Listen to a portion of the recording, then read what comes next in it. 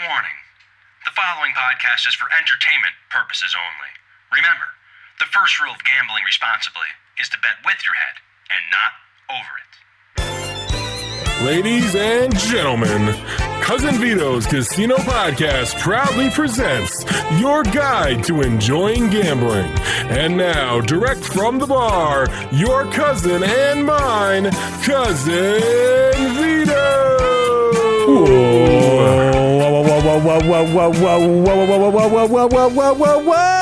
Welcome everybody to another episode of Cousin Vito's Casino Podcast, your guide to enjoying gambling. I'm your host, Cousin Vito, and together we're going to make luck happen at the casino. Thank you for checking out the March 24th, 2025 episode of the show. And I'd like to welcome on a very special co-host, the 12 times multiplier of co-hosts, if you will, W2 Jesus. Hey, Vito. Great to be here, my friend. Oh, it's great to have you back.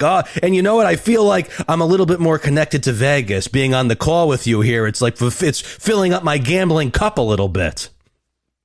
That's good. Vegas is the great town. I'm glad to be your Vegas connection, bringing that vibe here. Oh, I need it. I'm telling you, out here on the East Coast. But we're warming up. The winter thaw is upon us, so we're doing good. And W2, I got a big show for everyone today. We have a special guest on the show, John Mehaffey from VegasAdvantage.com. I don't know if you heard about John. He holds the Guinness World Record, 93 casinos in 24 hours. Unbelievable. Jeez, and I thought I went to a lot of casinos. That's nuts. Oh, man, and we get into the nuts and bolts of this, what he had to do, where he started, where he ended, and he really is a wise man on the Vegas gambling odds, too. His website, VegasAdvantage.com, it really blew my doors off a little bit. Next trip I plan, I might use his website to help me decide where I want to play. Yeah, get your gamble a little cheaper. Play with a little lower house edge. I like it. Oh, yeah, very good show. But that's not all we have today. Actually, I wanted to remind everybody, if you're listening to the podcast and you like it, go to your podcast app. Give us a few stars, a thumbs up, however it works on the app. And don't forget to follow me at Vito's Casino. You could email me, cousinvitoscasino.com, or you could head to my little dinky website, makeluckhappen.com. And W2 Jesus, they could follow you on X, too. What are you? I believe you're real W2 Jesus on there, correct? I should know this. I think that's right. I should know it too. I think it's right. Let me see. I have a computer in front of me. We'll double check here. Yes, W2, real W2 Jesus, 2 the number 2. We can follow all your escapades out there. Yeah, there's a couple of videos of me on there. It's fun. All right. So, before we get into interview, W2, I kind of wanted to tap into you a little bit. I have an old segment we used to do on the show all the time, and it was called Gambling Confessions. And you have a lot of experience gambling, and I was wondering if you could pick through the folds in your brain there and come up with a gambling confession. It could be, you made a bad bet. It could be you should have got out when you were up. It could have been anything, but is there any chance that you have a little confession for us today to, warm us up before we get into this big interview? Yeah, I think my biggest confession revolves around the first time I ever hit a hand-paid jackpot. Can you believe that? Ooh, I liked it. Hold on, hang on. We got to get in the mood here. Here we go. All right. Hang on. Where's my lighter? We got to light up the stogie here. W2, seasoned gambler. We got to hear this confession and about your first hand pay. So usually that's a good story. I'm curious how this turns into a confession. Yeah. So it was many years ago, and my gambling budget was not what it is now. I think I may have gone to the casino with $200, and to lose that $200, it would have been okay, but it would have hurt a little bit. You know what I mean? Oh, yeah. So I went with the $200. I think I was playing $10 blackjack, and at that time, I didn't really play slots or any of the machines. But any money I had in that 200 that was less than a 20, I would just stick in a slot machine, and that's would be the extent of my slot play. I'd kind of do that on the way out of the casino. So I do that, and I don't even remember how much money I had. It might have been $15 or $8 or something, and I put it in one of those old 3-line $1 machines. You bet 3 coins. And it lined up double, and then a red 7, and it paid $4,000. Wow. Huge jackpot. Wow, and going in with the $200 budget, that is a big win. Oh yeah, or playing $10 blackjack and being happy to be up $50. I mean, this might as well have been 40,000 at that time for me, Vito. It was a very big hit. I got my first tax form. Maybe that's when I became W2 Jesus. I got my first W2. Wow, and the birth of W2 Jesus right here. Now, how does this? I'm curious as to how this goes downhill. This sounds like one of my stories. This is where it starts to go downhill. Instead of just walking out right there, thinking this cannot get any better. There's no way I was going to win $4,000 playing $10 blackjack. I thought, well, let's go play the blackjack in the high limit room. Now we got this money. I'm touched by God. I'm King Midas. Everything I touch turns into gold. And I play the $25 blackjack table at high limit, and Vito, nothing worked. And the dealer was hitting, 16 with a 5 every time, and no doubles, no splits, nothing. Before you know it, I'm down like 800 of the $4,000, which is more than I even brought, right? Oh boy. So I had the genius idea of, well, I must have used all my luck at this casino. There's another one half hour away. Maybe my good luck will continue there. Yeah, the luck, you still have the luck. It just walked out the door for a little bit. You have to go catch it. Yeah. And so I go to drive the half hour to this other casino. I don't recommend doing any of this, by the way, and I'm not proud of it. Nothing's working there. I ended up going home with only about $1,700 of the $4,000. So just very bad decision. That was such an obvious point where I could have just gotten out, taken the win, but I didn't. And you want to know what the kicker to this whole story is? Oh boy, what's the kicker? I had no idea how taxes or anything worked. So, a year and a half later, I'm getting a love letter from the state of California and the federal government. Oh, you owe us money on this $4,000.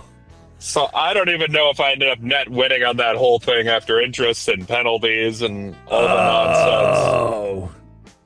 Well, that is a gambling confession. That got worse and worse for him. That roller coaster built up, and what a drop that was. That was a straight drop down. So, but that night you were laying in bed with your $1,700. Did it feel like a win? Even though if you won that at the blackjack table, you would have been high on the hog. How did it feel that night after losing back almost half of it? It felt horrible. I felt like an idiot. And I should have felt like an idiot. It was the dumbest thing ever. You gotta know when to get out. It's like, and there's some guys like, oh, I was up 300 and I almost ended up leaving up 200. I'm such an idiot. I was up 4,000. That was so much money to me then. I was making like $15 an hour. I mean, that was crazy money. Oh my! And then the tax piece at the end is the real. That's the real brutal one because you already were in mourning, and then all this time later, you're like, oh my God! And then you figure between the feds and California, you probably did owe more than 1,700. I'm sure I don't even remember, but it was just a lovely reminder of how I can be an idiot sometimes a couple years down the road that came with a bill. So, learning experience for everyone there. If you're new to if you're new to gambling, definitely don't do that. That actually turned. I was curious how my first Tampa was going to turn into a gambling confession, but boy, did it ever. Yeah, and I think on a little bit of a serious note, the real lesson I take from that as someone who's gambled a lot since then is once you lose money, it's the casinos. If you're down 500, I mean, on Vegas, Matt, we do a lot of get even or get even worse, trying to get our money back. That's not the way, we're kind of, I don't recommend you do that. When you lose the money, it's gone. When you win the money, it's yours. It's not like that 4,000. I should have gambled the way I always do because I enjoyed that. It's not like, oh, this is free money. I can just blow. It's real money and it's yours once it's in your hands. So I think that's the big lesson. Well, and you know what? Watching you guys play the blackjack on the channel, what streaks they have there. You guys, sometimes it's almost unbelievable. The dealer loves making 21 against you guys. It hurts me watching sometimes how bad you guys get burned by the dealer. Well, gambling is a losing proposition, but Matt does like to point out how often the dealer makes a hand, and it seems like we never do. But when we are on those hot streaks, he doesn't complain about how improbable that was. So I think that's true of most of us gamblers, right? Oh, We're yeah. just kind of supposed to win in our minds. But it does feel like you guys always have like a 6 up and they got a 10 up, even from an innocent bystander. I need to let them know I'm with them, because that's what I feel like. I'm like, man, they just can't catch a break no matter what they do here. But we won the biggest hand we ever bet of 100,000. We get lucky too. You know what? That's a very good point. That changed all the stats for the year. So that is a very good point. You won the big one. That's the big one. Yeah, it's all just luck, I suppose. All right. Well, W2, we're about to jump into this interview. I want to thank you again for coming on the show. And everyone listening, after the interview, I'm going to get into some details about my April 17th Foxwoods meetup, a great Thursday meetup. We're going to have some cocktails, maybe do some dining, definitely do some group gambling. And I also have a new t-shirt, W2. I got to show it to you. I'll send it to you in a little DM here. I designed it myself. I'm so proud of it. A new Make Luck Happen t-shirt. And I feel like it's lucky. I feel like I'm going to wear it to this event, and I'm going to look great in it, and I'm going to win at the craps table. I don't know. It's either that or I have rubber wristbands, Make Luck Happen wristbands I'm going to give away there too. So we're going to have a grand old time. One of these days, I got to get you back out here. I'd love to get out there. It's been many years since I've been to that part of the country to gamble. Now, have you been to either of our Connecticut casinos? This is just between you and me, Vito. I will tell you the story of the time I went to Mohegan Sun. I was out visiting Connecticut colleges with my father when I was in high school. And he took me to Mohegan Sun when I was 17 or something, and I played roulette. I don't remember if I won or lost, but I haven't been to Mohegan Sun since then. Oh, wow. So you know what? You might be lucky. You might be lucky there. You're going to be of age. And that's odd. Yeah, the first time I gambled 17 also in Atlantic City. Only slots, though. I only did the slots. The tables, it's amazing. They got you on there. You must have looked old. Did you look mature for your age? I don't know. Maybe they just didn't care. You know, I was an athlete. Maybe I was a little buff, but I don't know how it worked. Maybe they just wanted my $22 or whatever my gambling budget was, and they looked the other way. Yeah, and hey, if you won big, you would have probably lost half of it back anyway, so what do they care? Yeah, that's how I gambled at the time, so it makes sense. All right, well, W2, I don't want to keep you any longer. I'm sure the button on the video poker machine's cooling off inside the casino you're outside of, so I guess we'll jump right into this. Here we go. Without further ado, I'd like to welcome on John Mehaffey from VegasAdvantage.com. All right, I am here live on the line with John Mehaffey, the founder of VegasAdvantage.com. He's got a little YouTube channel here. I'm watching you play video poker. John, it is great to have you on the show. It's great to be on the show, Cousin Vito. Thanks for having me. I've been admiring you from afar for a while, to be honest with you, because your Twitter, or I guess X now, posts are always entertaining and informative. I mean, you're living the Vegas life out there. Yeah, I've been out here 15 years and still learning things here. You know, it changes so much every time we visit somewhere that there's always something new. Now, 15 years, so what inspired you to move out there? Was it casino related, or was it weather related or job related? It was job related mostly. I'm from Atlanta originally, and so's Christina, my wife, who owns Vegas Advantage with me. She does a lot of work behind the scenes that nobody really ever sees, so I would like to give her credit for that. So we grew up in Atlanta. And in 2006, I was in the online poker industry in the mid-2000s, and somebody bought my website, and I moved to South Dakota to go work for another group that owned online poker stuff. And in the end, I ended up moving to Las Vegas in 2010 because another company wanted me to help them build something that looks like Poker Atlas today, but it was only going to be based on Las Vegas poker because, you know, back then there were 50 poker rooms and poker was huge. And so in April of 2011, the online poker's Black Friday came along and destroyed online poker as we know it. And so that company went out of business. And so I was like, all right, I guess I'm going to have to go learn something else to do. So we've been here since October of 2010, and it has changed a ton. You know, the recession hit Las Vegas worse than almost anywhere else. And so crime was really high, and there were vacant houses all over neighborhoods with squatters, and it was crazy. But, you know, things are really stable now. COVID has been so strong since then, the economy here. Well, if you I don't think we're going to crash anytime soon, like some of the naysayers say. No. Well, and if you bought a house back then, you're probably looking at a great mortgage, low price for the house, because I can only imagine what Vegas is popping. That's for sure, real estate wise. Right. People were joking you'd see tumbleweeds blow down Las Vegas Boulevard in 5 years when we got here. And, by 5 years later, it was pretty clear those predictions were terrible. Yeah, no, the tumbleweeds don't want to hang out over there. That's for sure. Right. Now, so you've started Vegas Advantage. What are we in now? 2025. So 2018, you're at 6-7 year anniversary coming up here. What inspires you to start this with your wife? I mean, there is a lot of information out there, but scrolling through your website here, you have some real nice down and gritty gambling info for a recreational gambler that wants to head to Vegas.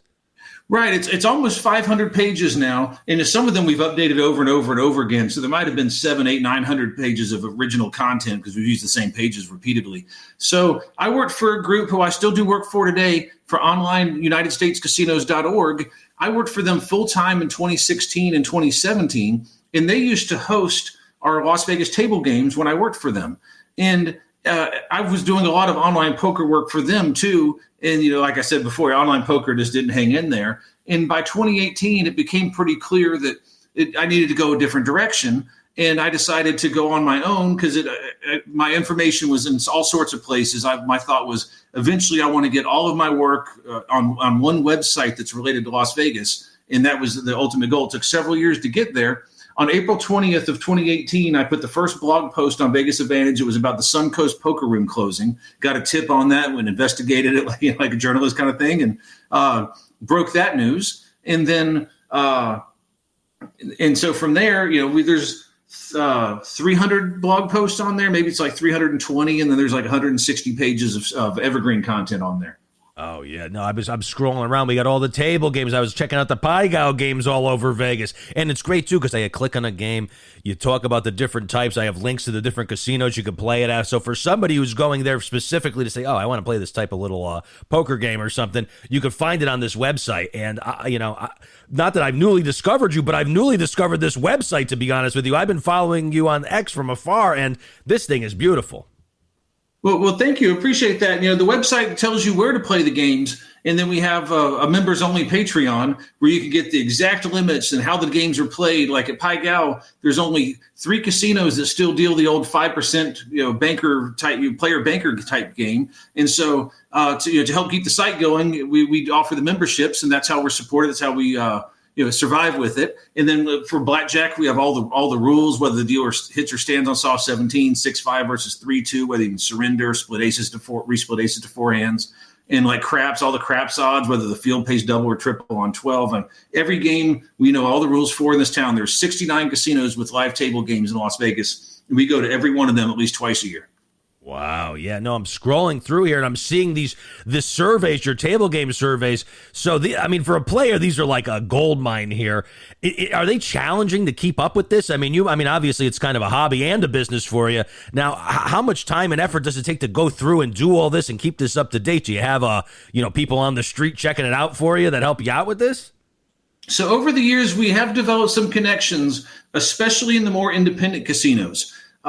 Where if they have a new game or something's changed, or they sometimes they just find something that we got wrong. Sometimes you ask around, you don't get the right info, or sometimes you guess and you're not right.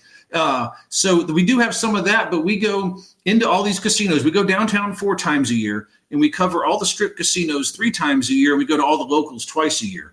And so we talk to the dealers, we observe, we look at the signs by the tables that'll say, no surrender on the blackjack tables or the craps odds. They'll say what they are, or you can just look at the felt and go, 12 pays triple on the field here. And so we observe and we ask questions, and we have connections too. So it's a little bit of everything, but it really is a lot of us going to these places. For example, a couple weeks ago, we went to 20 casinos on a Sunday, and we got the trip reports out by Wednesday, but we didn't get the data out until Friday. It probably takes us 40 or 50 hours a month to just compile the number of casinos that we go to, because there's just so much information, and we want to make sure it's accurate too. So Christina, who runs the database, my wife Christina, she'll quiz me on it. Hey, is this right? Hey, is that right? And so we'll spend an entire day just making sure we didn't get that wrong in between me gathering the information and her inputting it. And so there's a lot of behind the scenes, and honestly, we're not perfect. I think we get 99% or better, but sometimes there is a misunderstanding through the process, and then I don't hear it right when she reads it back to me. But it does, this has taken us. Our first one was in 2011. We only did the strip in downtown, and we only did blackjack back then. So we've gotten better and better at making sure we're accurate and making sure we have all the fail safe to prevent us from making errors. But yes, it's very time consuming, and luckily Christina loves databases. Now, doing all this work and checking these places out, are there, obviously I'm actually scrolling your Patreon here and seeing, you have a lot of posts, a lot of pictures up here, but are there any little hidden gems or anything you can reveal to us here? Any interesting rules or interesting games that stand out to you doing all these surveys? So one game that we really like is at Harrah's in Flamingo. It's called 3-Shot Poker, and we're friends with the game designer, but we discovered the game first. We found the game designer after, and so we met them at G2E, which is the Global Gaming Expo Venetian that's every year in October, and this is kind of like a 3-card poker times 3 type of game, and it has a $5 minimum, and it always has a $5 minimum, which is great on the strip, and so. Love this game. It holds 2%, so it's not the best game, but as those types of games, 3-card poker is a little worse than that. Let It Ride's definitely worse than that. And so it's not bad, especially it's not a very fast game either. So that's our favorite little niche game because there's nothing else like it. And I think it's only in 5 or 6 casinos across the country. As far as hidden gems as value goes, Jerry's Nugget in North Las Vegas, just north of downtown. And I know some people are kind of scared to go in there, but I think it's just as safe as could be the neighborhood. I wouldn't go wander around the neighborhood over there. But to drive there from downtown is no issue. Once you're on the property, there's security everywhere. They're armed, and it's very obvious. They're riding around on bikes. When you go in the door, you see, they make it very clear that you're safe in there. And I've been in there plenty of times, and I've never seen anything unusual there other than somebody getting thrown out who was being abusive or whatever. I've seen that in all sorts of places, even high-end stuff. So.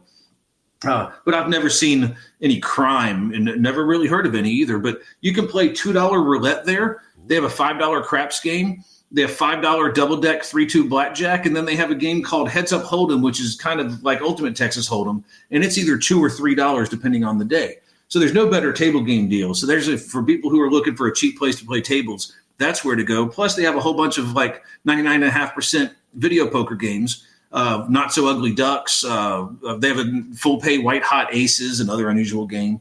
And so the Not So Ugly Ducks is almost a full pay Deuces Wild. And correct me if I'm wrong here, but thumbing through your site and kind of following you for a while, video poker is one of your favorite games, correct? Because I've been kind of a little bit of a video poker crush going on myself here at the Ultimate X lately. Yeah, when you live here and the table limits explode, you really can't just be like, hey, let's go play craps with $500 tonight and see how things go. When you're a tourist, that sounds great, but when you live here, you have to have some self-control. So we go, and Christine and I will go down to Sand Dollar at Plaza downtown, and they have full-pay video poker at the bar for 50 cents in higher denominations, and what we love about it, it's non-smoking. And I'm not one that wants to ban smoking casinos, but if you're going to offer me non-smoking and full-pay video poker, you're going to get my business. And so we'll go do that a couple of times a month. And then we live near Rampart out in Summerlin. And they have good mailers and they have pretty good video poker. You can play 8-5 bonus poker at the bar, which returns 99.17 if you play it perfectly, plus has a progressive on it. So it's even higher than that. And the mailers make up for a lot of that difference. And so we find little ways to have cheap entertainment. At the end of one of those nights, the theoretical loss is $20, $40, but then, we each had 3 drinks while we were there. And so if we just gone to the bar, we'd have won $60 doing that. So very true. We try to find little, I don't want to say angles, but, good value propositions. Well, and it's almost a little cat and mouse game with the casinos and the recreational gamblers. And so you're living in, so you must have a whole book of rewards cards you go out, you're getting all sorts of mailers. So you find yourself saying, oh, honey, look at this. We got free play here this week, and basing, your fun time schedule around, oh, we got a good deal happening here. Oh, wait, they're giving out an ironing board at this place. We got to go pick that up. Well, my kids, one is now married and in his career, but when he was in college, we went to some of these promotions where you get frying pans and a toaster oven and dishes and whatever else. So he went off to college with that kind of stuff. And then when our daughter went off to college, we did the same thing. And so we've used the promotions for that. Don't get a ton of mailers. being a full pay video poker player, some of the casinos don't like that. I'm not banned from anywhere, but I'd say half of these places don't send me mailers. They're what they call do not invite. They're like, hey, he's fine, but we don't want to go encourage him to come play here by, giving him more money than just the way he knows how to play. Some of these casinos, and one example of Station Casinos, they can rate your expert level of play. Oh, wow. And so if they decide that you're an expert video poker player, you may not ever get a mailer from them again. So if I play there and get mailers, I need to work on my technique a little bit, probably. Well, and it's not 100%. I know people who I'm like, wow, they send you $100 mailers. How do you get that? I don't know. And so, it's not perfect, but if you go and you start playing the 100% machines and put your player's card in there, that's usually a dead giveaway. And there's other ways to go about that too. So, I'll kind of be careful with where you put your player's card because you're sending a message every time you do it. Oh, that's actually very good advice when you think about it, because you for a lot, when you're playing the video poker like that in your head, at least for me, you say, you know what? I'm playing the video poker hopefully almost perfectly. I'm getting my comp points, my tier credits, but in a way, if I'm a little too smart, they're not going to like me as much, even if I do lose a little bit. Yeah, exactly. It's kind of the same as a blackjack player. If they think you're counting the double deck game, they may not throw you out and they may not even limit you, but they're not going to send you $50 free bets either. Now, other than video poker, what other types of games do you play recreationally? We're talking about blackjack here. I mean, I'm assuming you're in the same mindset as a lot of the recreational gamers that listen to the show. Have you ever sat and thought, hey, maybe I could do some card counting, maybe, and you're living in Vegas. You ever tried going down that avenue of a different advantage play? Well, when I first moved talk here, about it, you could plead the fifth also.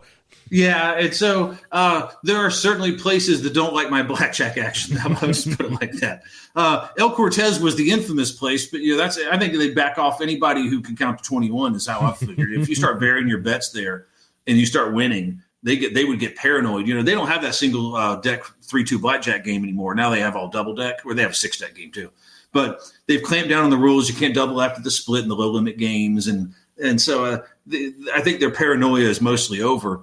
But yeah, there are places that certainly wouldn't send me free bets, I'll say, and other stuff. You just can't be flagrant. When I moved here, maybe I was not as smart as I should have been. But it's you live and you learn, and that's part of why we start giving the information out. I got sick of the cat and mouse game. I got sick of you can only bet the minimum through the whole shoe. And all right, well, that's no fun. All right. And so that's part of the inspiration of just giving the information out and or selling it. Really, to be honest, building a website around it, or previously using it as part of my employment for other people, like the online UnitedStatesCasinos.org people. And so, you got to be smart if you have an advantage. You don't want to go in.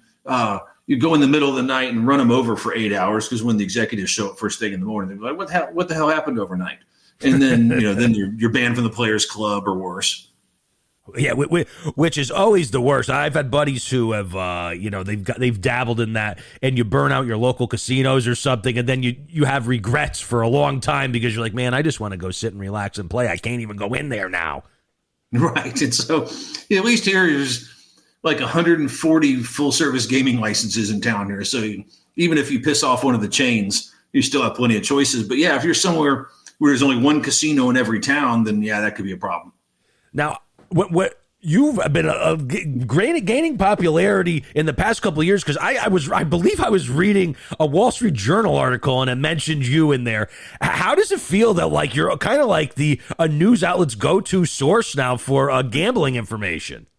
Yeah, and so that was just just from having Vegas Advantage owns a lot of Google searches, and so a reporter was coming up with an idea for a story based on a quote that a Caesars executive said during an earnings call. And we got introduced, and she decided to come out with us one day. She doesn't live in Nevada, but she came out here just for this story.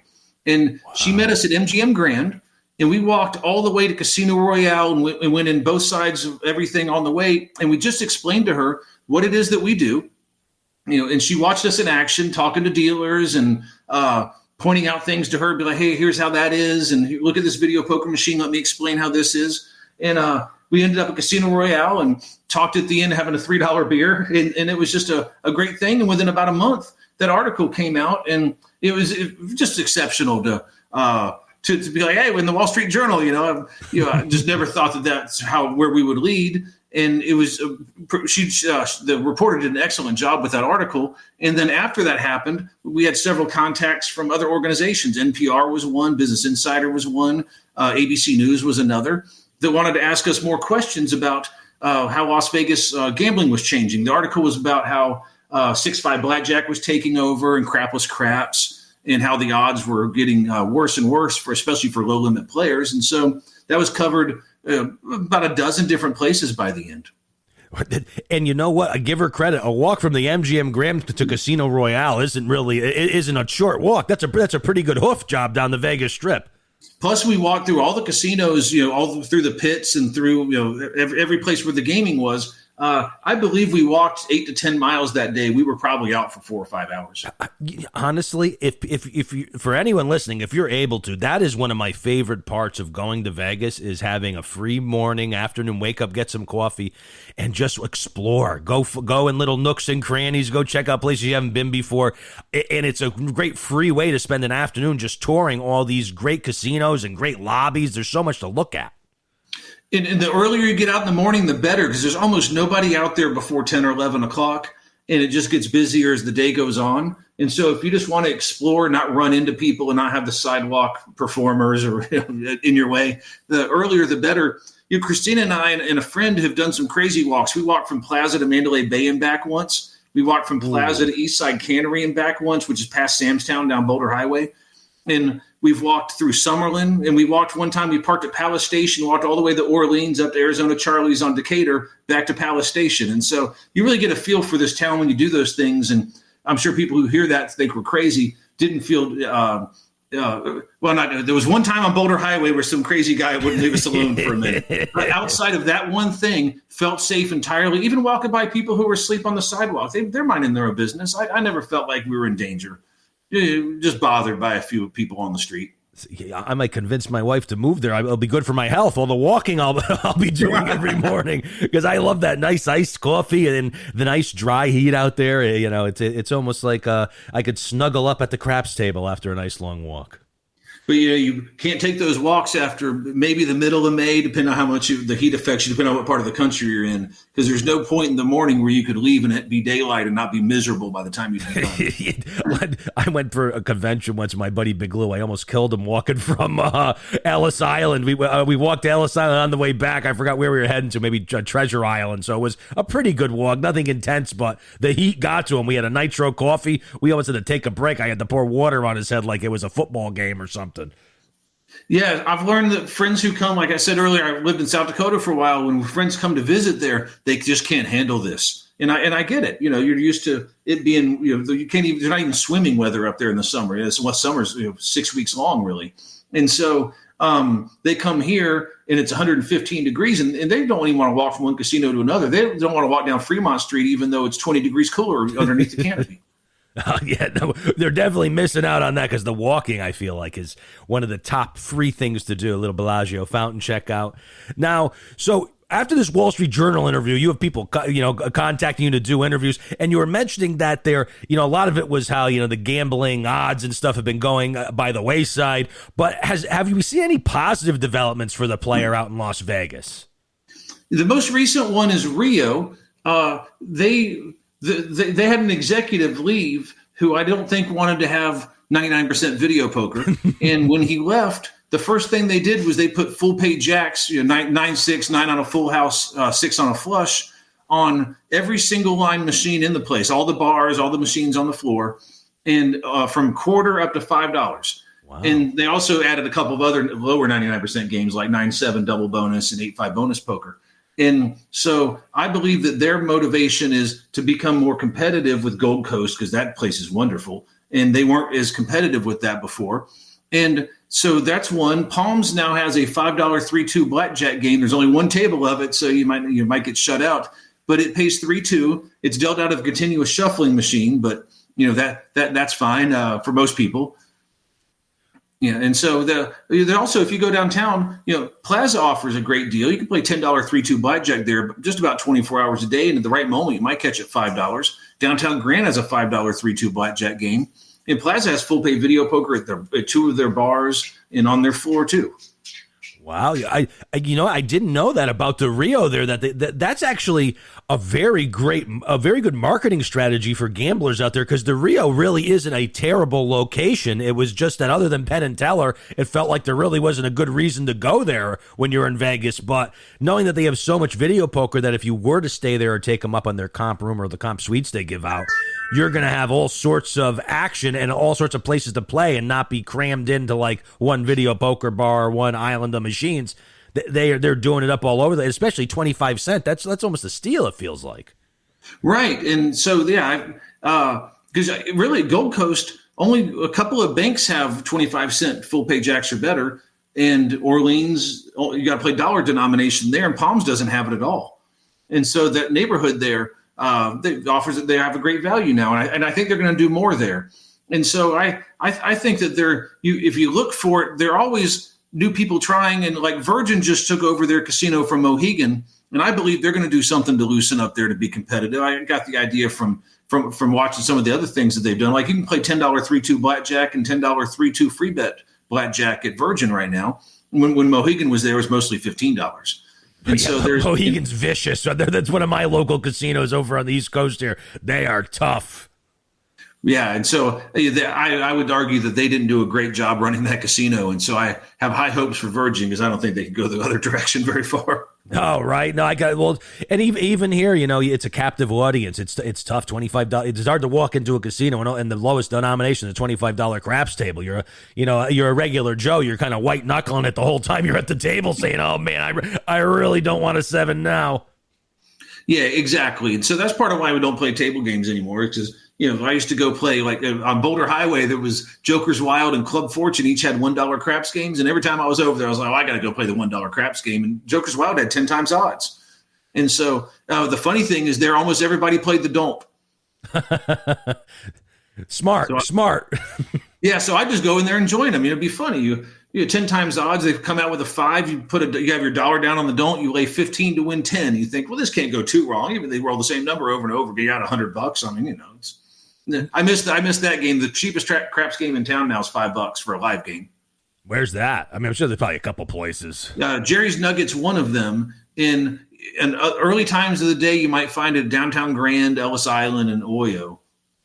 Oh, beautiful. I don't think I'm missing any. These roll to win tables are often $5. They're the hybrid ones where there's real dice and a stick man, but there's no all the bets are made on screen, so there's no chips. Yes. So you no box, man. You just have the one stick guy there. Right, exactly. And so that's taken over the $5 craps games in town. Though on the strip, those are usually $10. You'd have to go to like Circus or Slots of Fun, I think, to get a $5 roll to win game on the strip. Yeah, I have not yet played the roll to win craps. How's your feeling on it? Did you ever play it? How's the game flow? Does it seem like it's going to be the new thing going everywhere? Because I do, I like the sensory of the chips and, talking to the dealer and flinging them out there. I feel like that's kind of sad that we're seeing that go by the wayside a little bit. Yeah, I have played them a few times. They had a problem from the beginning is they had some dice sliders taking advantage of it because it was a very smooth piece of plexiglass or something similar. And so after they realized that mistake, now the plexi is real choppy. And so you'd never be able to slide the dice because it's uneven. And there's a lot of spots in it to make the dice bounce. And to me, the game speed is about the same, but it's not as fun for the reasons you mentioned. And one time I saw a dealer standing there with no action. So I went up and played and stood in the spot right next to him and asked him a few questions. And he was a regular craps dealer and he hated dealing this thing. Players don't tip. It's hard to find how to bet for the dealer on them.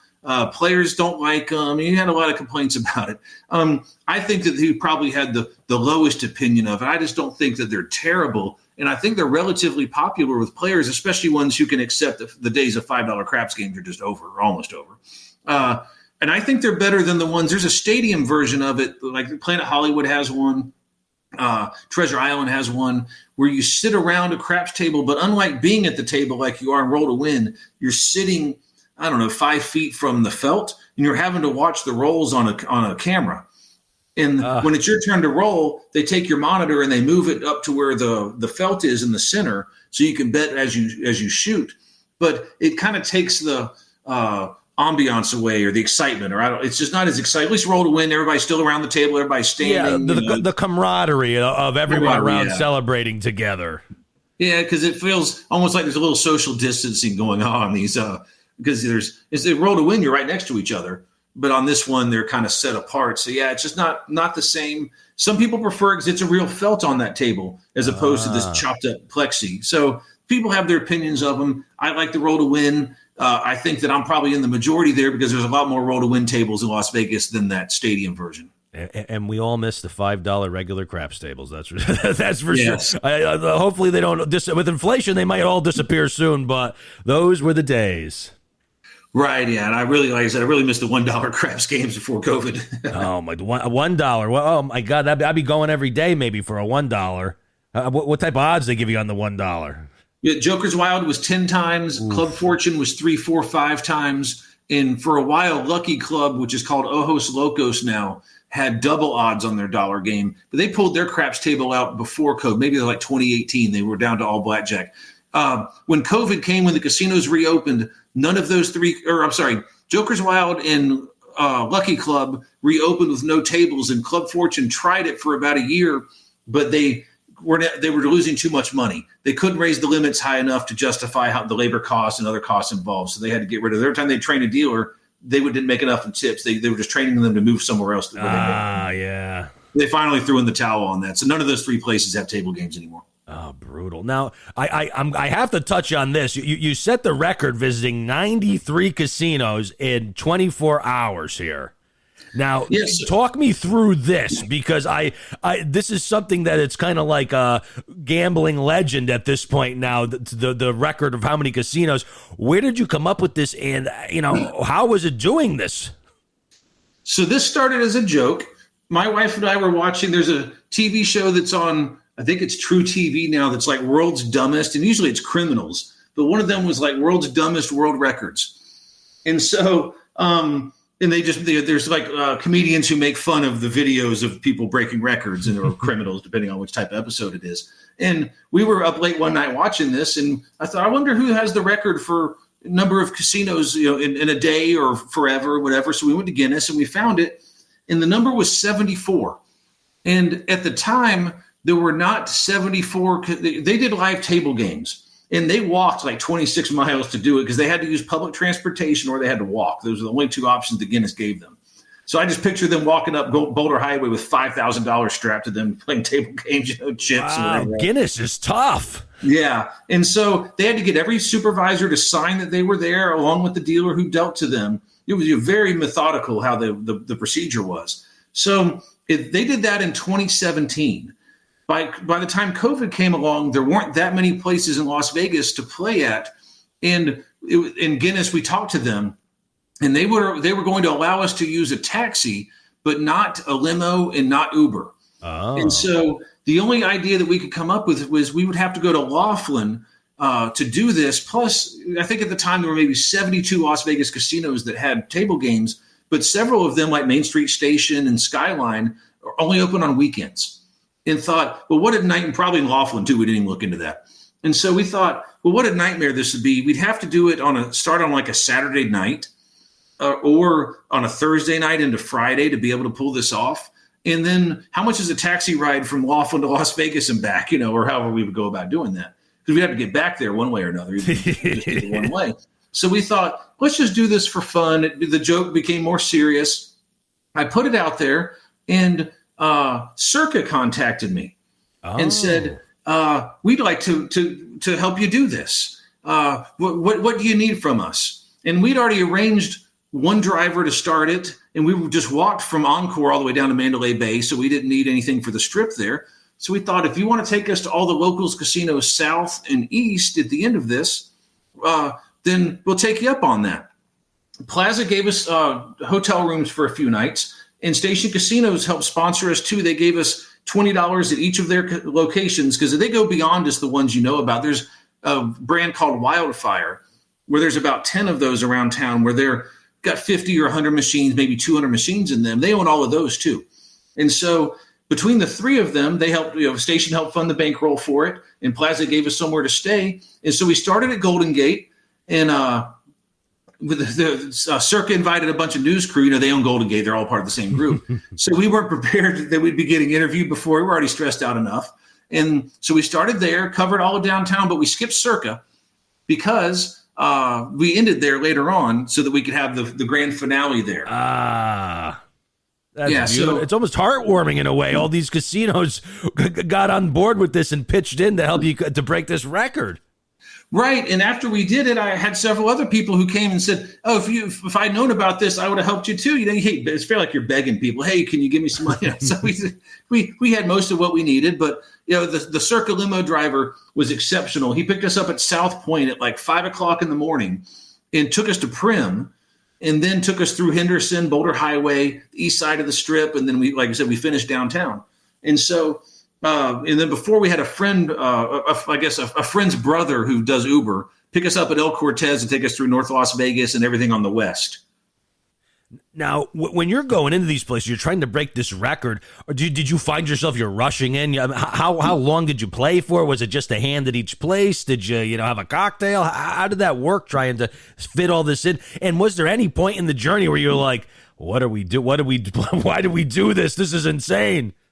So it was our 21st wedding anniversary was the date that we chose to do it. We started the night before and we ended on our 21st anniversary. The joke was our marriage is old enough to gamble. And so we played Keno numbers that were based on our anniversary date, which was October 5th. So we picked 5 and 10. And then we picked, 2, because it was 2002 that we got married in. And then we used the number of the casino we were visiting. So we played 4 spots until the end. We played 5 spots. There were a few places we couldn't play Keno. Like Rio had just changed hands from Caesars, and they didn't have any video poker machines online, so we had to play slots there. It was like 3 days after the changeover, and Caesars was still pulling their machines out. And we went to Stage Door, which is the only place we had to go through a metal detector to go in. And I put the dollar into the machine, and it took it, and it was the only machine that had Keno on it that was available. So we played slots there too. We would normally just put $1 in these machines and play until we had 25 cents left, take the ticket as proof, and go. I like a little receipt. So if anyone ever says anything, you're like, let's go to the shoebox. I got all the receipts, date and timed. Right. One of the articles on Vegas Advantage is how long is your slot ticket good for? Because we had 93 of them, and we, some of the places are 2 months or 6 months or 3 months or whatever. So we know from that, we wrote an article about how long each casino slot tickets last because we had all the evidence we needed to write it. And so we have a picture of all 93 tickets as the featured image on that article. Wow. Yeah. So that was a little double dip there. You got to break the record and research a article that would have been painstaking, and any other way to do it, it would take weeks to go to all of them, and you got it over in 24 hours. Exactly. And so we got pretty far ahead of schedule. There was never a time where we felt like we were not going to make it, but we were an hour or so ahead when we got to Mandalay Bay. This is probably about 4 a.m. when we walked out there. And we had to take an Uber from there to Alamo to Silverton to South Point, and we were so far ahead we actually ate the graveyard breakfast, the $3.99 special at South Point in the middle of the night, waiting on the circuit driver because he didn't get in until 4, and he still had to check the vehicle and do those type of maintenance things that they require the livery drivers to do. And so I think he picked us up about 5:30 maybe at South Point, and then Prim was the next stop. And so we got a kind of a rest. We rested, had a little meal, and then got a little rest in the car before we had to go down to Prim. The only thing we got down there, we thought Prim Valley Resort was closed, but it's just they turn all the lights off outside. I guess they're like, is somebody out there? Who's out there at this hour? When we walked in, the slot attendant went and hid. Saw us, and he went and just disappeared. I was like, good thing we didn't need him. Now, how was the celebration when you got to Circa? I mean, that must have been like, at that point, you're 92 casinos. You must have been very excited to get in the door. Were they waiting for you? Were there balloons and streamers? What'd they do for you there? So we ended up so far ahead of schedule. We should have gone to a few more. Like we didn't go to Hoover Dam Lodge, which is all the way down by the dam, the old Gold Strike way down there. And a few other places we skipped. We got done about an hour before, and they asked us to go back to our room because they weren't ready. And so, because they had invited news crews in there. So when we came in, the limo driver took an hour break, picked us back up at Plaza. I think we changed and freshened up. they took us to the back side of it that faces California and got out, and they had a camera there and walked us through. It's the only time I've gone in circle without getting carded, because nobody carded us. We were VIPs, And so so we walked all the way to Mega Bar at the front, and there was a place that said reserved for Derek Stevens, reserved for Nicole Stevens, and they sat us in those two spots. He was in Illinois opening up a Circus Sportsbook there, or else he would have been there to congratulate us. And so we missed out on that because of the way our anniversary fell and his opening in Illinois. And there were 3 news crews at the bar there. They interviewed us. First we played because there was our 93rd. There was us at the record. And then they interviewed us and took a bunch of pictures. And Circa treated us to dinner. And then the Legacy Club up top, they gave us 2 glasses of champagne. And we got to go spend time up there. We were probably a little underdressed and looking kind of rough, but hey, 93 casinos in 24 hours. What are you gonna do? You gotta be a little. You're gonna be worn down after all that. Right, and so at the end, we had a hard time getting to sleep that night, even with having champagne. I think we even ordered another round from that, and the dinner and everything, because we'd been up. We got up about we got up that morning and took about a 2-hour nap and left maybe the hotel room at like 4:30 p.m. And here it is, 6 or 7, 8 o'clock the next night. We haven't slept unless that little nap to Prim counts. So we were a little delirious and, kind of revved up, and it was just silly to think about. And then people were texting me and calling. The Review Journal contacted us. And so it's like finally I had to put the phone down and be all right, done. we gotta get to bed. And then we slept for probably 12 to 14 hours after that. Oh, my gosh. Now, do you ever contemplate re-breaking your record and doing more than 93? Well, you'll be the first person who I tell I've hinted at this on social media, but we are negotiating with Guinness on a way that we can do this with a livery, like a limo driver. And if they allow us to do that, we're going to officially do the Guinness Book of World Records, and I think that we could get well over 100.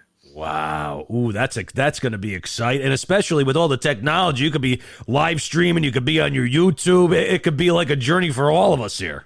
Yeah, the biggest mistake that we made, and Christina still gets upset at herself about this, we didn't know you had to try to do a live stream on YouTube and then wait 24 hours. So we're standing outside Golden Gate 10 minutes to 5 when everything's about to start.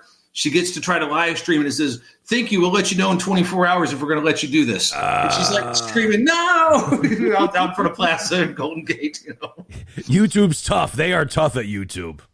Right, and so that was one thing that we learned. The mapping we were perfect at because we do the routes anyway for collecting the Vegas Advantage survey stuff for our Patreon members, and so that was we have maps in our heads that we were able to do. We fine-tuned it. We'd run it through Google Maps, which is kind of hard to do, 90, well, not 93 because we walk down the strip and stuff, but even do 60 casinos, you have to do them. I think they only let you do 10 or 12 at a time.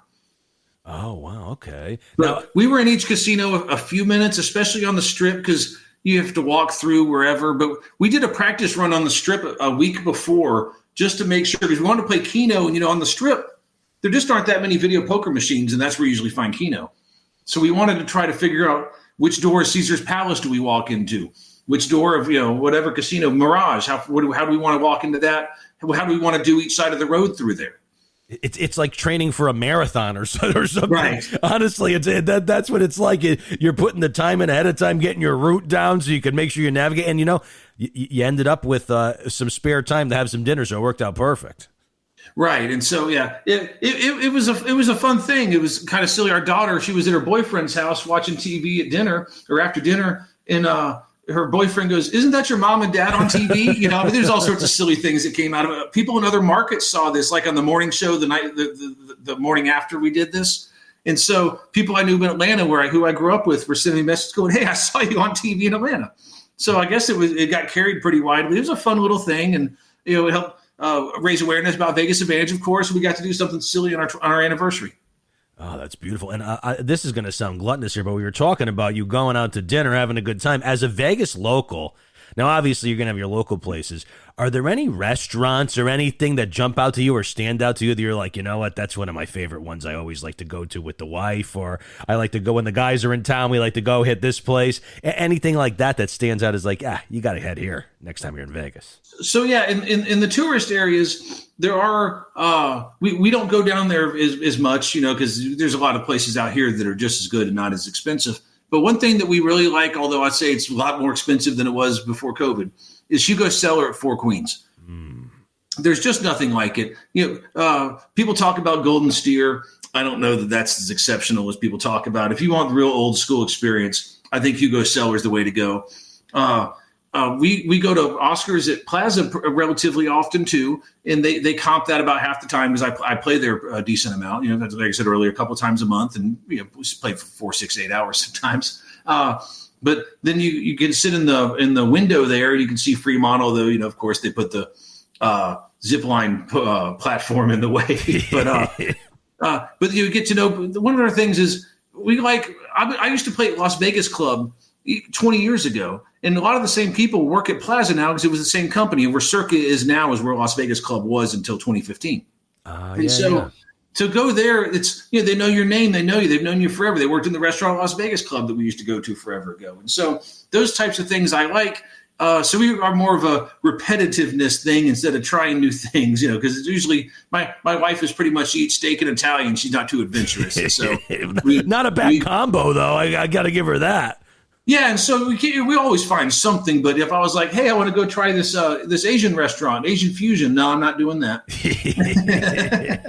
Well, you know what? Hugo Cellar does come up a lot, and I'm gonna actually, I'm right. I got my pen right here. I'm putting this down because 100% next time I'm out there, I gotta have dinner at Hugo's. And make sure you make reservations pretty well in advance. They do book up. Sometimes on a weeknight, you'll be able to get in at 9:00 or something if you didn't plan ahead. But if there's a busy week downtown, forget it. You'll miss out. Oh, all right. Okay, this is turning into some great advice. And speaking of a little advice here, we were deep in the doldrums of really deep cuts for gamblers here. But do you have any advice for like the novice gambler, somebody who's new to Vegas? Is there anything that you would advise them to do with their bankroll? Let's say Joe Schmo. I'm like I'm going to go stay on the Strip, stay at a hotel. What would you give a novice person as some piecemeal advice to hear? Here's how you got to do Vegas these days. All right. Well, the first thing I recommend is booking the hotel room through the casino. Go to Caesar's website or MGM's or wherever it is, because you never know. Even if you're only going to bring $200 to gamble with, you might hit a jackpot while you're there and play longer than you intended, or play bigger than you intended. And in the end, you might get comped something. But if you went through a third-party booking engine and you end up you end up having comparable like hotel rooms and stuff, they can't do anything about it because you didn't get the room through them. And so that's one of the things I would do. And also, if you have been playing a lot, try to charge meals to your room, because then you might be able to talk to a host at the end of the time and say, hey, I'd like this. And try to keep all of your action within the same casino company. If you go to Caesar's, you can play at Harrah's and Flamingo and Caesar's Palace and Horseshoe and whatever you play in Hollywood. It all counts the same. You'll get offers as if you played that all in the same casino. Generally, sometimes if you play too low, then you might not get a Caesar's Palace offer. MGM's the same way. Stay within the family for a lot of your action. Or if you go downtown, play all at Derek's places, which are Circa, Golden Gate, and the D, or all at one of the independents. And that way you're concentrating all of your theoreticals, is what they would call it, your daily average. And you'll be more likely to get better offers than if you split your action up 2, 3, 4 ways. I believe that's the best thing to do on a first trip. Also, the first time you want to get a player's card so they can rate your play. I should have put that at the beginning. That way also, your first offer is usually better than if you had put that action in the second time. So if you spread yourself too thin the first time, you might end up not getting the best offers as what they call bounce back or mailers, because you spread it between 2 or 3 or 4 casinos instead of just one. And so once that casino goes, well, they came in here and they had $40,000 in coin in on video poker, which sounds like a ton, but it really isn't that much. Let's invite them here. Well, if you only had 12,000 at 3 different places, you're going to get 3 small offers. You can't stay in 3 different hotels. So you want to try to get the best room at one place. Part of their first Vegas trip is investing in your second one. I guess that's what I'm trying to say. No, that's actually a great piece of advice. And I was going to say what are common mistakes, but I think we hit on the common mistakes here is you don't want to book through a third party. I saved a couple bucks on Expedia or something. You want to figure out what property you want to do. And you head to VegasAdvantage.com and you can see what games you like and you can figure out where you want to stay. So you play there, you get your player's card, concentrate your play to that one property chain, whether it's not that one property, but if they have other multiple casinos with the same rewards program, you want to do that. When you eat, try to eat at the resort, charge to the room if you're having dinner there. So it's all accumulating as, oh, this guy's kind of a spender here. He's eating dinner. He's playing a lot. And you're going with the mindset is, I'm having fun playing for this trip, but in a way, I'm playing for my second trip here where they're going to say, ooh, we want to bring that guy back here. Yeah, exactly. And something else I recommend, I really think everybody's first trip should be on the Strip. The main reason for that is just that's what everybody talks about. If you go stay off Strip somewhere and you get back home and they're like, hey, what did you think about Caesar's Palace? Oh, I didn't go because I stayed 11 miles from there. You know, it's, you want to get that experience first. However, I would also recommend going downtown. Maybe even playing a little bit or something. Get an idea if that's your type of place because the offers are better down there and the gambling's better down there. But it's not for everyone. 1 out of 3 people are like downtown's kind of gross or whatever. It's not, but not for me. I'm a Bellagio person or cosmopolitan. Okay, fine. But if you give that a chance and you like it, the money will stretch 3 times farther downtown, and the comps are so much better. There's a lot more old school thinking downtown because you don't have the big Caesars and MGM chains involved. Boyd is down there in 3 of the properties, but I think that they're kind of loose down there with their comps. And then, like Derek Stevens owns 3 properties, and they're known for giving pretty good comps, and the rest of it's independent. And there's some great people watching down there on the absolutely. Downtown, that's for sure. Yeah, absolutely. That's what but where Carousel Bar is now outside Plaza, Christina and I used to go sit on a bench just outside the hotel front desk there and just people watch even just the intersection right there where the Fremont Street Experience ends across from Plaza at Main Street. And just even sitting there, just having a drink outside watching that is hysterical because you get the same thing at Carousel Bar now. But, hey, from there, nobody was ever out there. You kind of had the whole place to yourself because there wasn't that big attraction in the middle. Yeah. Now, any side attractions? They have the Mob Museum there. Any things you say? You know what? If you're down here and you're doing something recreationally, not gambling, not eating, this is an attraction that I think everyone would love, or some people might love, and I love a lot. Yeah. So it's going to be that latter one. I think my favorite thing to do is to go up on top of the Stratosphere. Some people think that that's crazy. I've done the sky jump twice, and Christina's done it once on our 10th anniversary. So we did the record on our 21st. On our 10th, we did the sky jump together. And so the second time I did it, she didn't want to do it 20 times in a row and broke the record or something. I'm sorry, what's that? I thought you were going to say you did it 20 times in a row and broke the record up there or something. No, but I have tried to get them to go along with that, and they won't. They don't want that to be any sort of record. I don't know what they never explain why. That's fine. Their place, their rules. That's great. In December 2020, when we kind of had the second COVID wave, and everything, tourism here collapsed. There was nobody here in December 2020. I went and did that again just because it was just time to do something crazy. And the Stratosphere was dead. I walked right up. I paid for it. I got in the elevator, went up and did it. And Christina just said, I'm not feeling it today. I'll be at the bottom. She got a great video, though, because when you see people do it on YouTube, they're doing it from a wristband that's filming it. She's at the bottom filming up of me coming at her. And there's something very, very much better about that. The perspective. About that perspective, because it looks like I'm just falling from the sky. No, you know what? Is that on your YouTube? I might have to look at that because I haven't seen a view of that, a view from below like that. I believe that is on our YouTube, and it may be on my personal YouTube, but I think Christina put it up on the other. It's also on my Twitter. Though I think you'd have to search sky jump. It's one word. My Twitter is John_Mehaffey. And if you put sky jump as one word, I think you'll find that video. But yeah, there's something. So I got the wristband also. I think she did a side-by-side now that I think about it, where there's the wristband and then there's her. The thing about that is that first step is crazy because, they won't push you off. If you won't take the step, they'll bring you back in and say, well, too bad. And I'm sure there's lots of people that do that.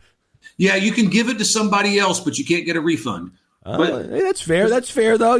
They get you up there. They get you all set up. Hey, you know what? You're in.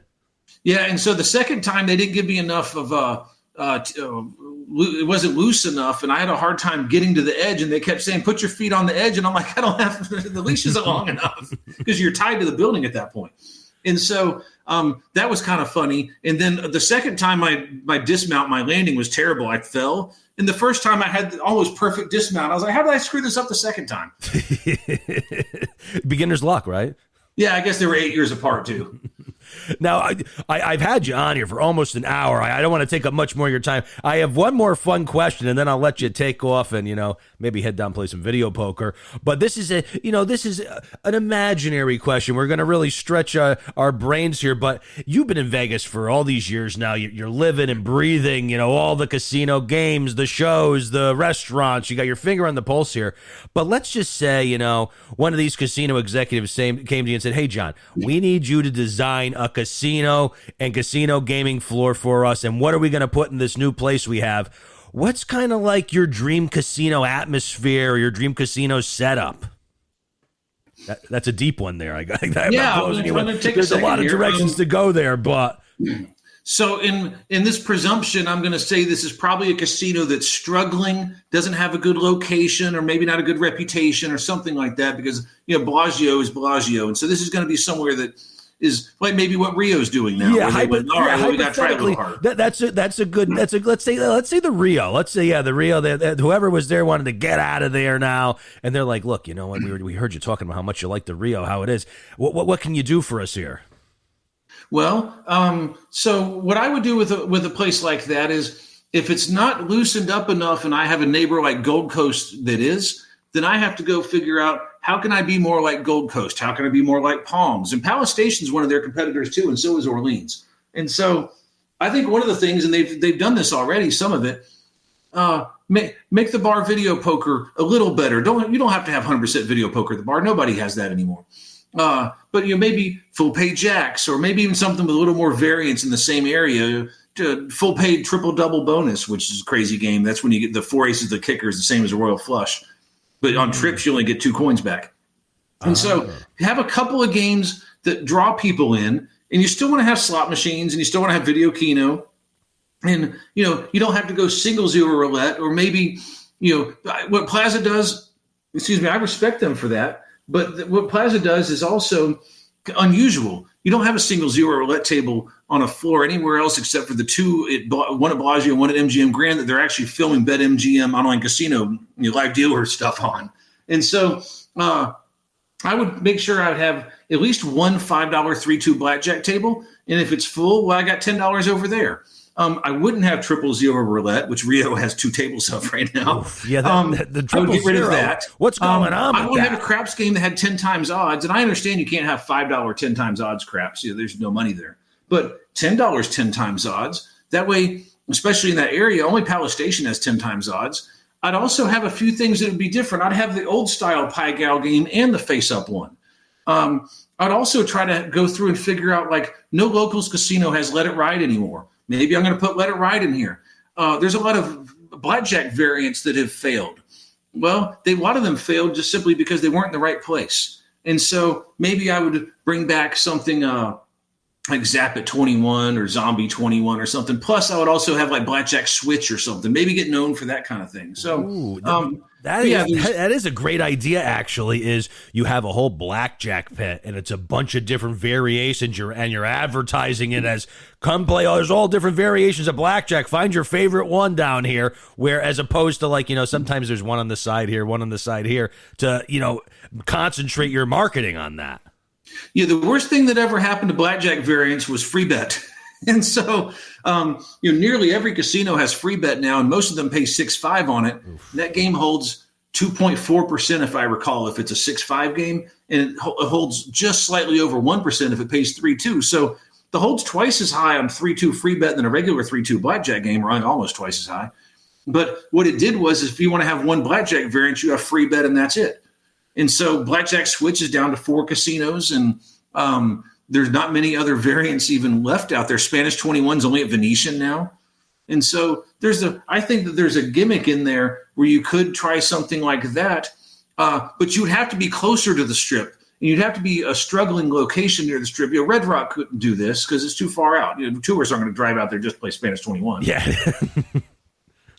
Yeah. So, but yeah, I think you want to find something like at Plaza. They have the best video poker in Las Vegas, probably the world. It's on one machine. It's a quarter Joker poker machine, but they can brag that they have it.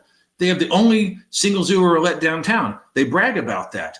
And Jonathan Jossel is an incredible marketer. And he's one of the people who I talked to. I've been on their show, and I've known him. I met him at Vegas Club the night it closed. So that was 10 years ago.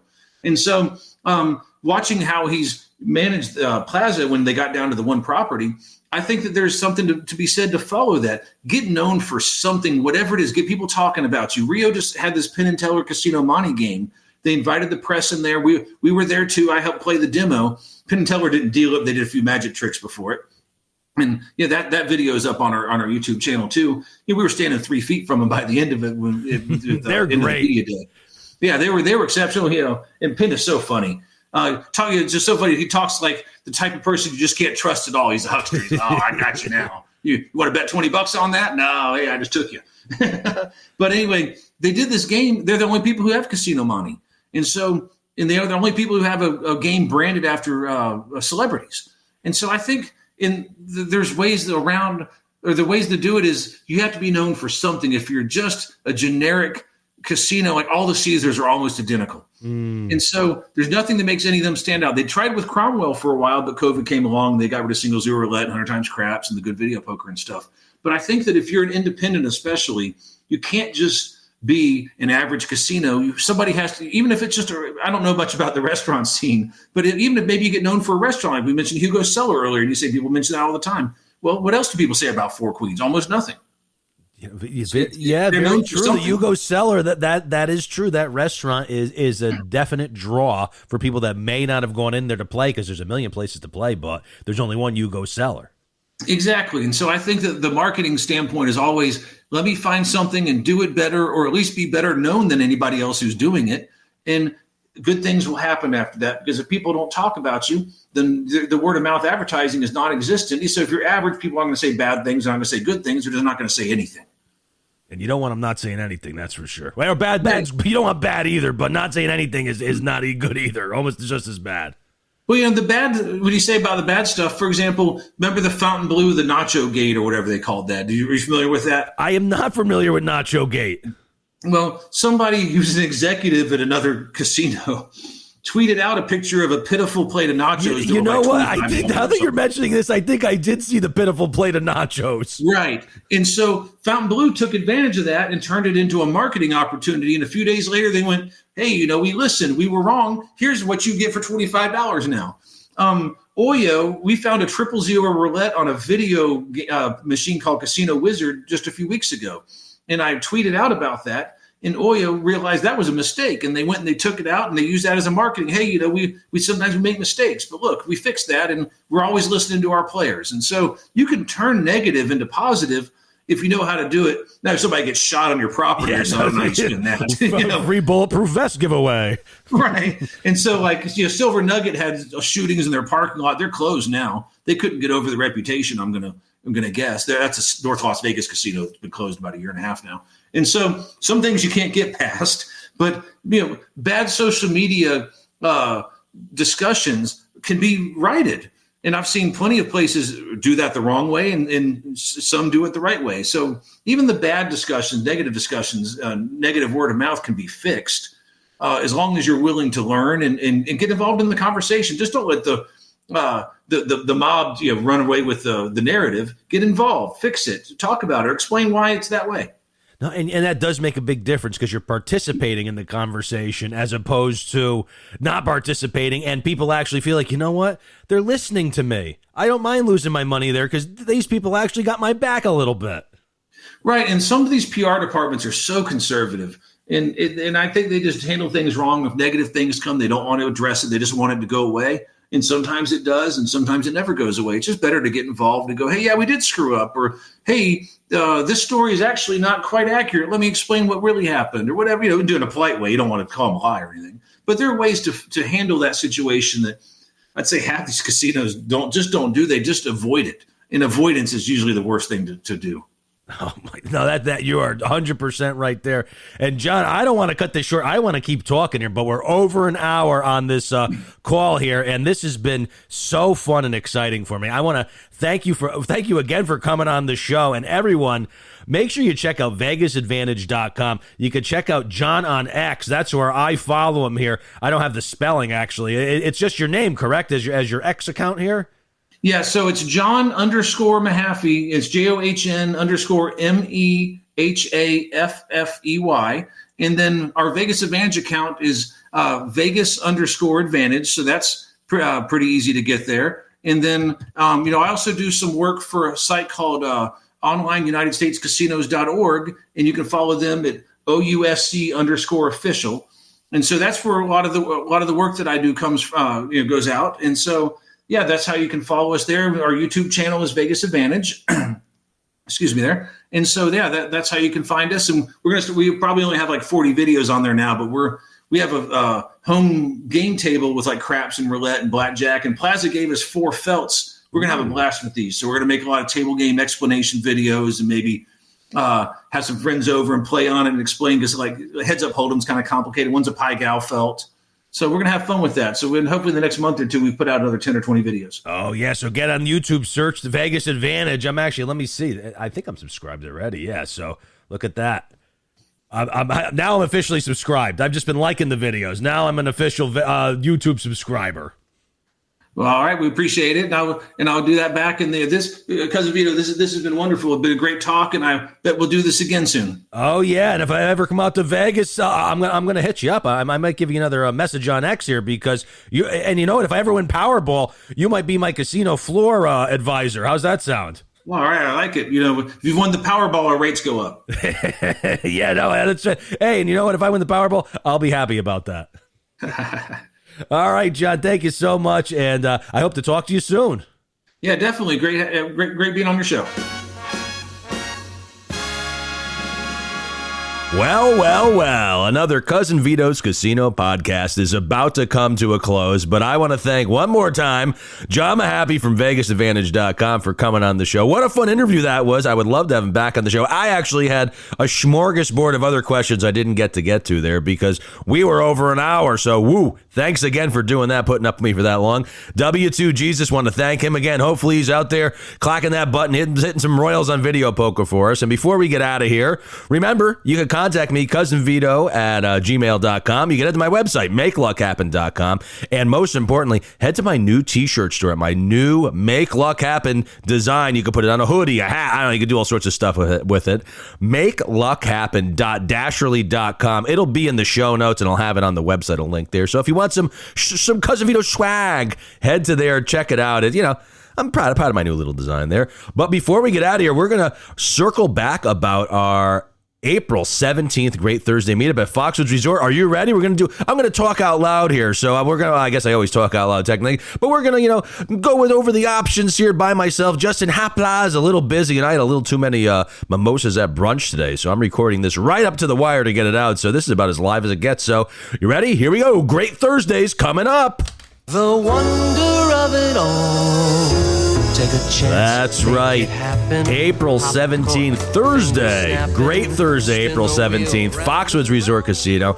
We're having a little gambler meetup. I'm going to be there. Big Lou from Big Lou and Cousin Vito Eats going to there. The award-winning Hell's Kitchen cheeseburger. Maybe we'll go eat that together. Justin Hopla's going to be there. Crazy Al, who should be on the show next week, is going to be there with us. So here's the plan. And again, if you have any other thoughts on it, feel free to hit me up on one of my social medias. DM me, baby. But here's what we're thinking. Me and Justin were talking, offline here. We're saying, maybe a 6 p.m. cocktail hour. We're thinking about different spots for it. The Central Bar at the Fox Tower is great, but it's not really a central location, pun intended. So we were thinking maybe something in the Woodlands area. They have the video poker bar there. Maybe we meet up. I'll get some cocktails there. We'll see. That's still up for debate. 6 p.m. seeming kind of like a good time. If you agree, let me know. If you disagree, let me know, because I know we have some people coming in from different states to meet up. So I figure, well, you know, we have some video poker machines. We could have some cocktails and play a little bit, you know, and that wouldn't hurt at all. And then after we do have some cocktails, I'd love to do some group gambling. So the perfect world, we're going to get on a craps table. Justin, who has rolled the dice, you know, on the high seas on a cruise, he has not really rolled the dice at the casino on land here. So we're looking at it as, you know, maybe a little beginner's luck. I'm going to have my new Make Luck Happen hoodie on, going to look all snazzy, going to be lucky. I also have 50 Make Luck Happen wristbands I'm going to be giving out. So you come to the thing there, look, you get a little free swag there, hopefully a good luck charm. Who knows? Maybe it will be. Maybe we'll all win, and I'll be able to sell millions of these things because you can't lose at craps while you're wearing them. It might not happen, but, you know, it still could because we haven't tried it yet. And if the craps table's full, I always love a little face down pie gow. So maybe we could always attack a pie gow table together. The high limit, the $50 in the high limit, so a little sketchy, but you know, if it's got to be face down, so we'll have to figure that out. So that's kind of the plan. Let me know what you're thinking, what time you're getting there if you're going. Again, cousinvito@gmail.com. Vito's at Vito's Casino on X. You could hit me up. We're starting to grow a little bit. I'm going to be putting this out to the Everything Mohegans Foxwoods Facebook group also. I'd love to have as many people as we can. Take a nice big photo together. Oh, the bracelet's going. You know, we'll have all cocktails in our hands. I'll put it on my wall. We'll blow it up. Everyone get 8x10s. It'll be a beautiful picture we could all take together. So if you're coming out, let me know. And, you know, if not, we're going to hear about it because you'll have a trip report the week after, that's for sure. And stay tuned to the show because we're going to hammer it down a little more next week. I'm planning on having Justin back on the show. We'll really get this all together. You know, it's going to be actually, look at this calendar here. We're only going to have a couple more episodes after this one before the meetup here. I just banged into the microphone there like a maniac. I'm getting all excited. Let's get the calendar open. Yeah, so this is the 24th, then we'll have one the 7th. Yeah, so then the 17th. So the 21st will probably be after. It's going to be after, so that'll be the trip report for it. So we only got. So yeah, next week's episode after this one is the only one. So next one's going to have to be the pre-meetup showdown. So tune in next week. We're going to hammer everything out, get it all done. And, you know, I don't know what it is. I don't know if it was the confidence that John Mehaffey got instilled in my blood, telling me how to make some good choices in Vegas. I don't know if it was me feeling good about my decisions after hearing W2 Jesus's gambling confession. And I don't know if it's the fact that we got this meetup coming up. We got the new shirts. We got the wristbands. We're going to have a good time. It's going to feel like old times, that's for sure. But I got a funny feeling between me, you, W2, John Mehaffey, Foxwoods, Justin Hapla, Crazy Al, Big Lou, Hell's Kitchen, that together we're going to make luck happen.